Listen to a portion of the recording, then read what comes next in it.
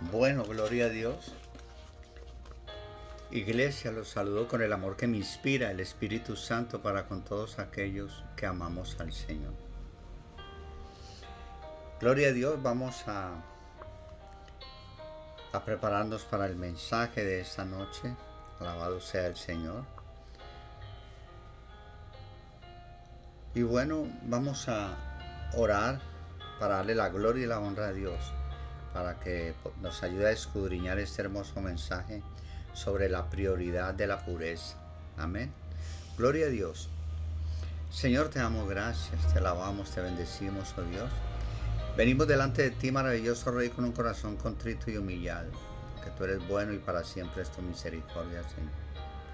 Tú nos das siempre lo que no merecemos, Señor, pero separados de ti nada podemos hacer, Señor. Síguenos bendiciendo, oh Dios, para que tu paz, que sobrepasa todo entendimiento, guarde nuestros corazones en Cristo Jesús, Señor nuestro. Amén y amén. Bueno, dice la palabra de Dios. Vamos a mirar Primera de Tesalonicenses, capítulo 4, versículo 3 al 7. Amén. Primera de Tesalonicenses, capítulo 4, versículos de 3 al 7. Bueno, gloria a Dios. Pues la voluntad de Dios es vuestra santificación, que os apartéis de fornicación, que cada uno de vosotros sepa tener su propia esposa en santidad y honor, no en pasión de concupiscencia, como los gentiles que no conocen a Dios. Que ninguno agravie ni engañe en nada a su hermano, porque el Señor es vengador de todo esto. Como ya os he dicho y he testificado, pues no nos ha llamado Dios a inmundicia, sino a santificación. Así que el que desecha esto, no desecha al hombre, sino a Dios, que también nos dio el Espíritu Santo. Alabado sea el Señor. Bueno, así es, hermanos. Para algunas personas que han estado buscando la verdad de Dios por mucho tiempo, esto va a parecer bastante obvio, porque esta es la voluntad de Dios, nuestra santificación. Dios desea que todo creyente sea santificado. Pero, ¿qué significa santificado? Usemos la palabra puro en su lugar.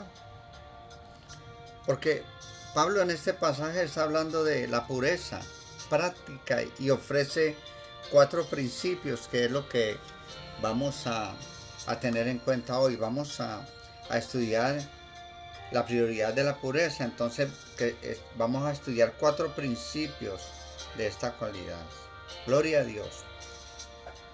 Entonces el primer principio es abstenerse de la fornicación.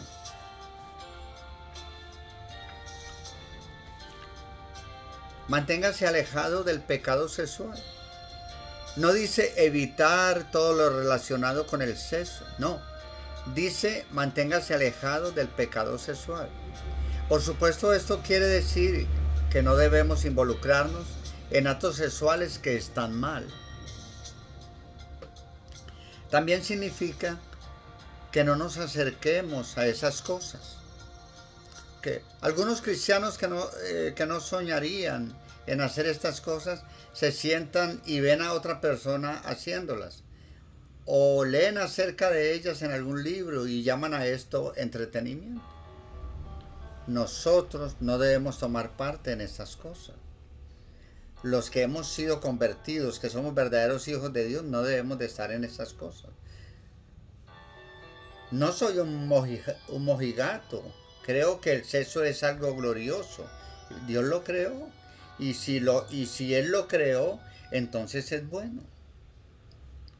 Pero Él lo diseñó para la belleza de la relación matrimonial. Y solo para eso.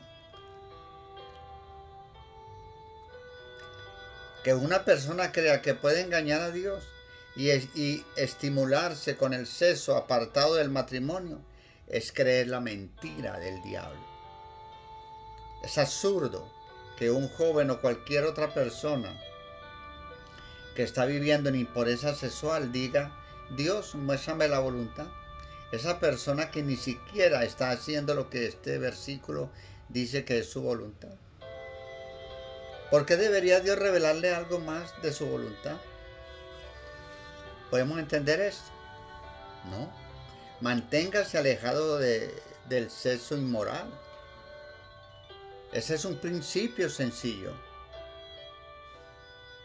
Alguien inevitablemente dice, ¿qué tan lejos? Pero yo le digo que lo suficiente para estar puro, santificado, apartado completamente para Dios. Así es.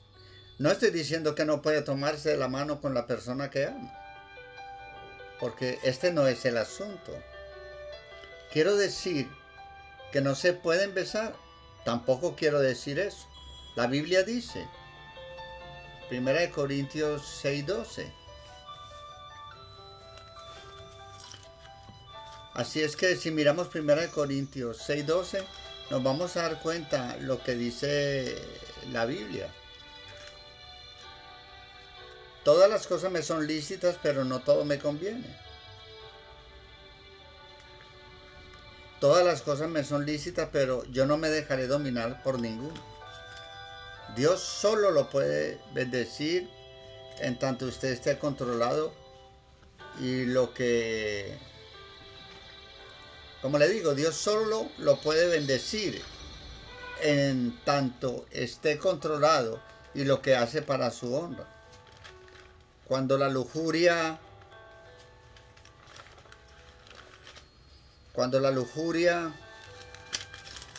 lo controla, usted ha cruzado el límite. Es un principio sencillo.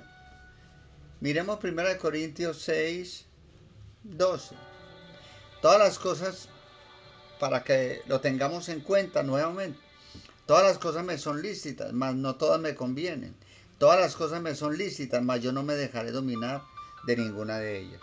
Así es pues que esto es lo que tenemos que tener en cuenta, hermano. Gloria a Dios. Pero miremos el segundo principio. Controla su cuerpo. Controla tu cuerpo. El segundo principio se refiere a la pureza práctica que se expresa en 1 Tesalonicenses 4.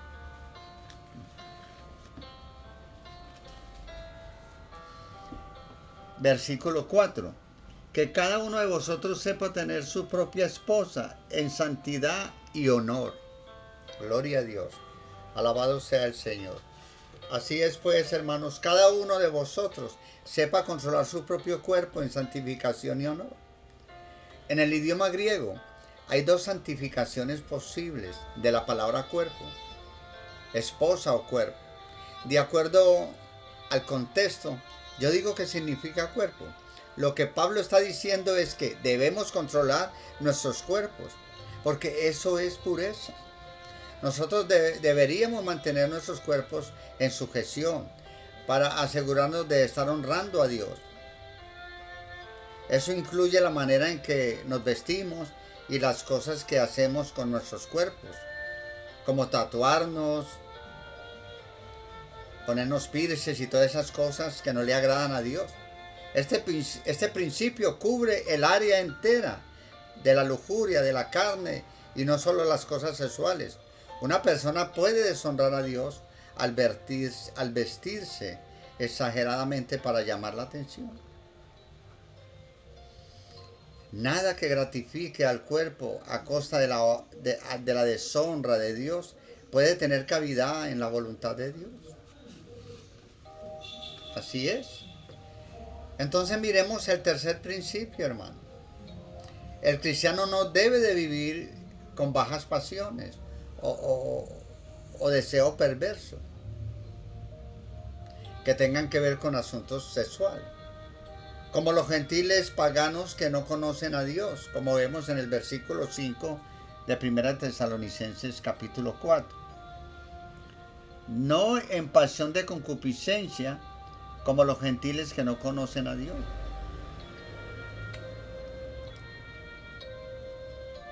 Entonces, ¿qué está diciendo Pablo? no actúe como el resto del mundo. Ellos son guiados por sus pasiones. Mire, le voy a contar una historia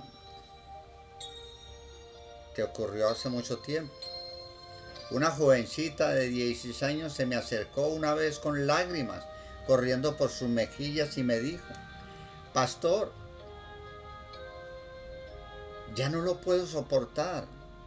Y yo le dije: ¿qué? Y ella dijo: me voy a matar.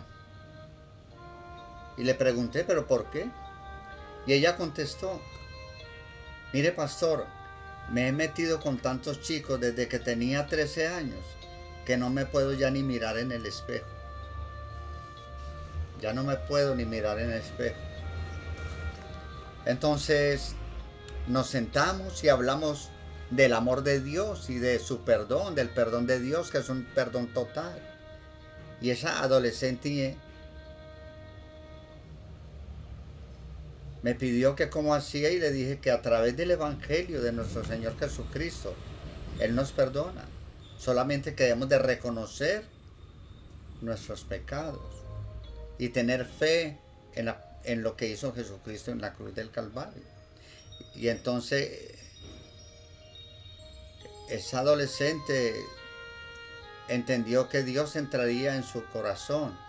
Después sus ojos destellaban a través de lágrimas mientras me decía: ¿sabe algo, pastor? Siento que he sido perdonada. Yo le aseguré que lo estaba. Y ella salió, y ya no para vivir en el fango, sino para ocupar su mente en las cosas de arriba, que eso es lo que nos invita a Dios.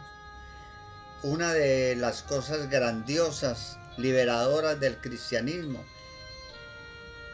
es que lo saca a uno del fango y lo levanta, como levantó a esta chica que quería suicidarse. Manténgase arriba, no actúe como los impíos. No actúe como los impíos. Esta es la realidad, hermanos. Qué bendición lo que le sucedió a esta niña. Y vamos a mirar el cuarto principio. Trate a los demás con justicia. Acuérdese de la justicia de Dios. La justicia del Padre fue derramada sobre su Hijo para que pudiéramos ser sanos. Mire, ninguna persona debe en este asunto atropellar ni engañar a su hermano, como vemos en 1 Tesalonicenses 4, versículo 6. Que ninguno agravie ni engañe en nada a su hermano, porque el Señor es vengador de todo esto, como ya os he dicho y testificado. Gloria a Dios. En otras palabras, no se aproveche de la gente. Esa es la realidad. Algunas personas ponen el pie en el cuello de otra para obtener lo que quieren. Otras usan a otros de manera sexual para gratificar sus propios deseos. Otros usan a gente en los negocios, los engañan, los enredan. Hay muchas maneras de usar a otros. No lo hagan, porque el Señor es el que toma venganza en todas estas cosas. Tú le robarás a alguien y otro te robará a ti. Usted podría decir: no me gustan estas reglas, pero Dios es de mentalidad cerrada. Entonces, el versículo 8 es para usted. Por lo tanto, el que rechaza esto, no rechaza al hombre, sino a Dios. Vayamos al versículo 8 de Primera de Tesalonicenses capítulo 4. Versículo 8. Así que el que desecha esto, no desecha al hombre, sino a Dios, que también nos dio el Espíritu Santo. Oh, gloria a Dios, hermano. Alabado sea el Señor. Entonces, quien nos da su Espíritu Santo, si usted maltrata a la gente, realmente maltrata y desprecia a Dios. Y déjeme decirle, el versículo 7, Pablo resume lo que hemos estado diciendo, porque Dios no nos ha llamado a impureza, sino a santificación. Miremos el versículo 7, dice: pues no nos ha llamado Dios a inmundicia, sino a santificación. Primera de Tesalonicenses capítulo 4 versículo 7. El llamado de Dios, la voluntad de Dios es que seamos santificados, santos, puros. Por eso, si tú estás puro, puedes tener verdaderamente una buena relación con Dios. Porque esto es lo que te hace crecer espiritualmente. No se olvide del hombre interior, el corazón. Mire, el oficial de caballería sabe que su vida depende de su sable, así que lo mantiene limpio. Cada mancha la quita con el mayor cuidado posible. Usted es el instrumento escogido por Dios. Así es, somos instrumentos escogidos por Dios para ser usados por Él. Mire, según su pureza, así será su éxito. No es el gran talento, no son las grandes ideas lo que Dios usa de ti. Lo que Él usa es la gran semejanza a Jesucristo. Él usa es cuando te pareces a Él. Un hombre santo es un arma asombrosa en las manos de Dios. Vayamos a 2 de Timoteo. Vayamos a 2 de Timoteo, capítulo 2.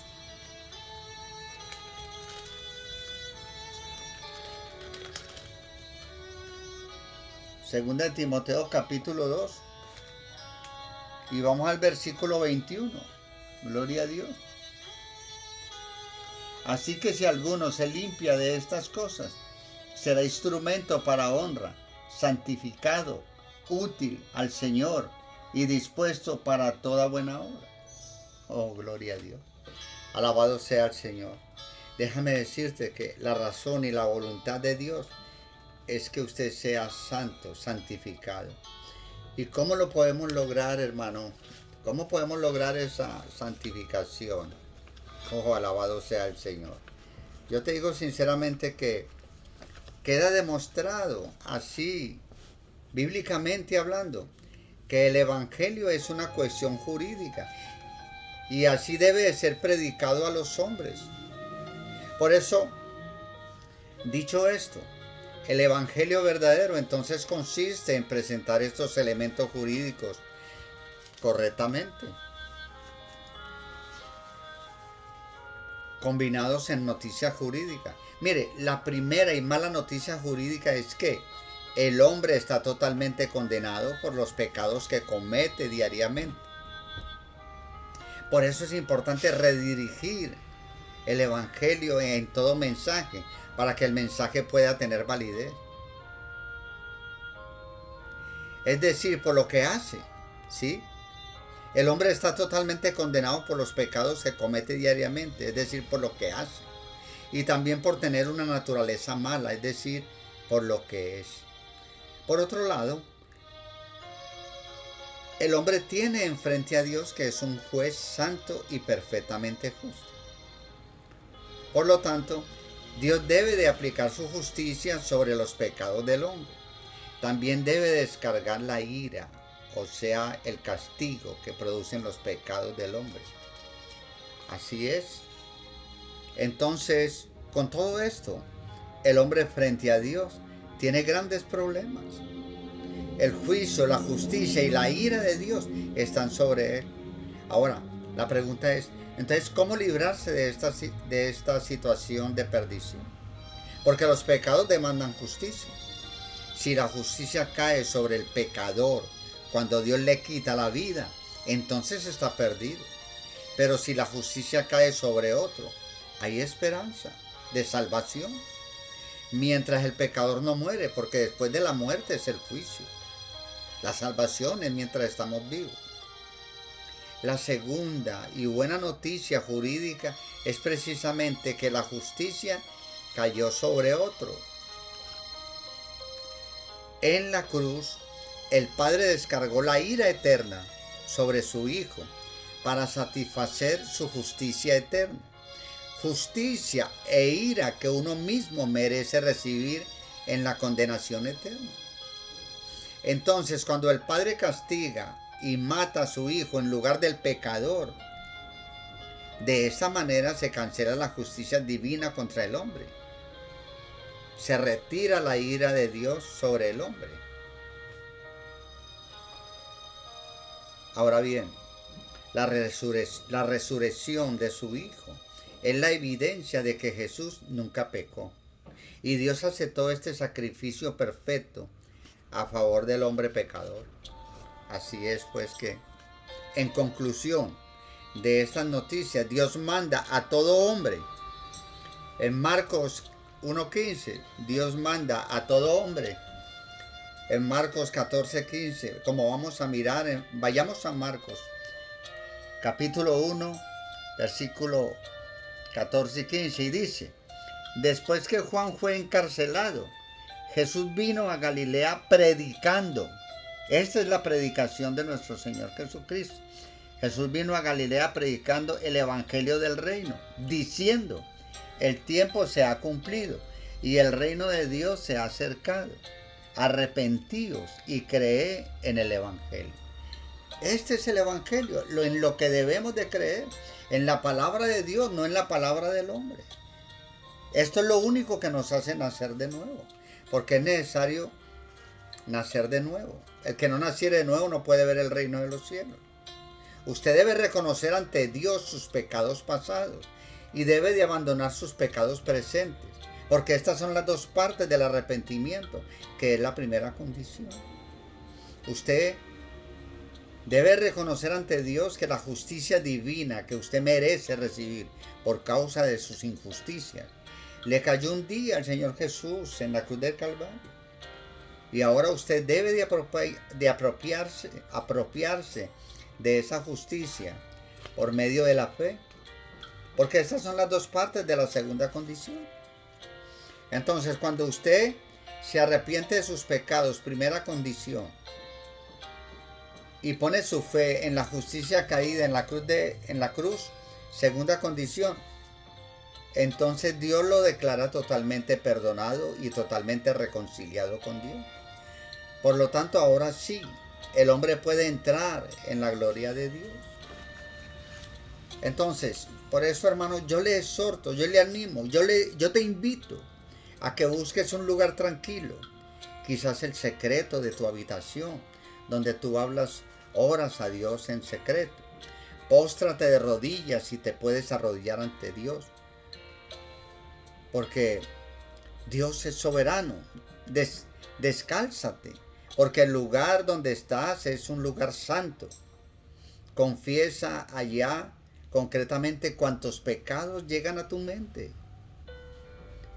Dile uno a uno todos tus pecados.